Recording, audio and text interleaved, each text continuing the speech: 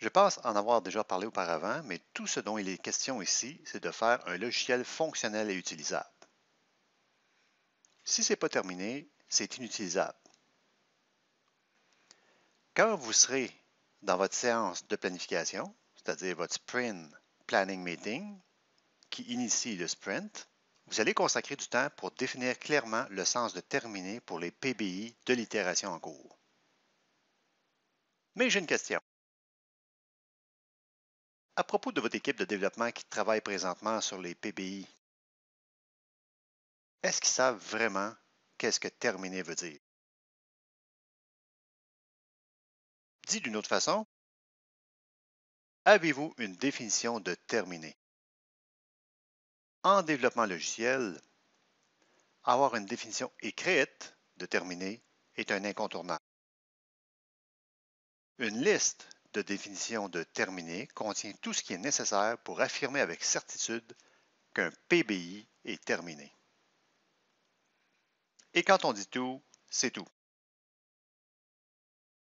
Parmi les personnes qui m'écoutent présentement, il y a certainement quelques développeurs. Certains de ces développeurs, terminer signifie le code compile et je l'ai poussé sur le serveur de code source. Point final. Mais lorsqu'on examine sérieusement la question, c'est nettement plus que ça.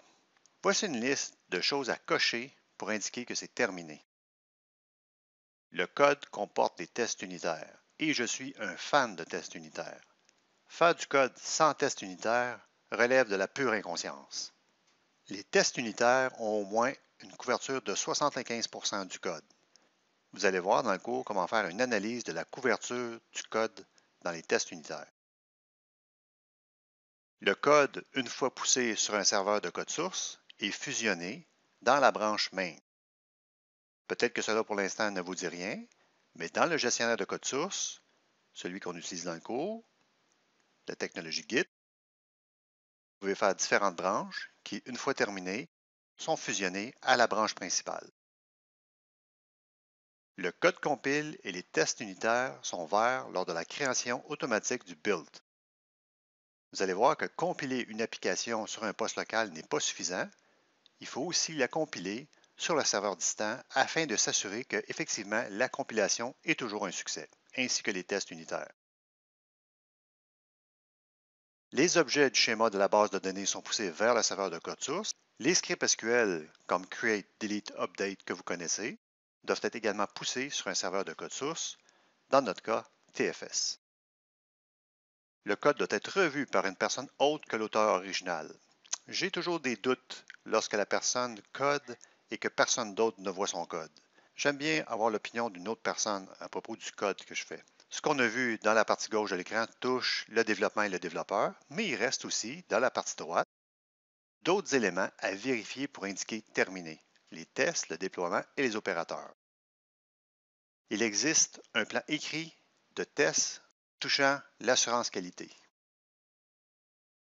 Le plan de ces tests en assurance qualité doit être exécuté par une autre personne que celle qui a fait les plans. Le déploiement et les tests doivent se faire sur un serveur de développement afin de donner une bonne idée du comportement de l'application lorsqu'elle sera mise en production. Écrire et faire passer des tests sur les interfaces graphiques.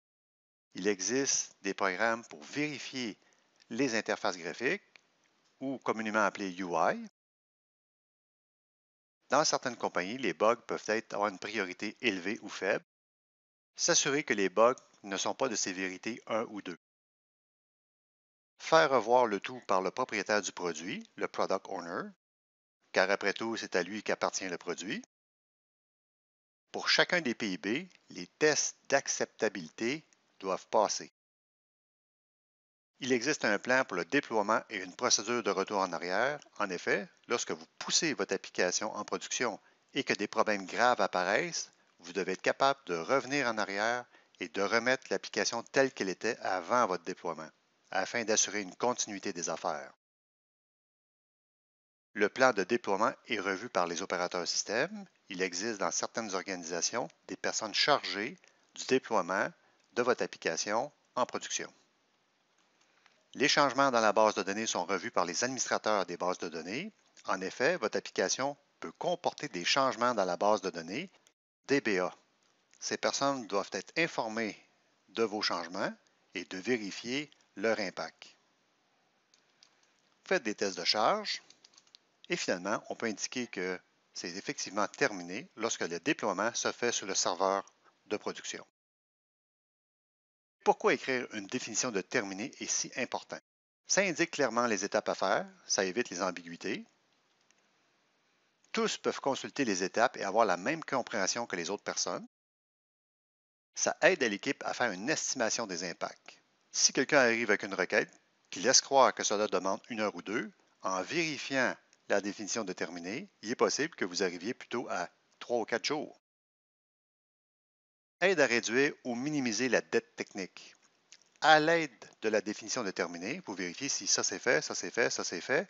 Si certains points ne sont pas vérifiés et qu'un problème apparaît, vous avez contracté une dette technique. Ça aide à gérer les attentes. Il arrive en effet, en milieu de travail, que quelqu'un vous demande « Hey chef, j'ai une modif qui prend 2 secondes, peux-tu me la faire? » La demande au plan du code sur votre poste peut sembler anodine, mais lorsque vous vérifiez tous les points de la définition de terminé, le 2 secondes peut se transformer en 40 heures.